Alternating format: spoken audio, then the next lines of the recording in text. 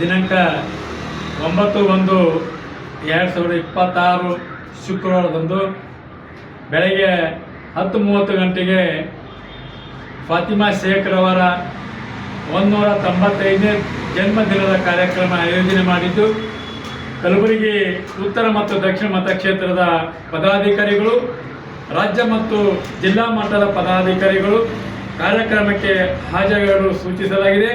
ಸ್ಥಳ ಡಾಕ್ಟರ್ ಬಾಬಾ ಸಾಹೇಬ್ ಅಂಬೇಡ್ಕರ್ ಪುತ್ಥಳಿ ಜಗ ಸರ್ಕಲ್ ಕಲಬುರಗಿಯಲ್ಲಿ.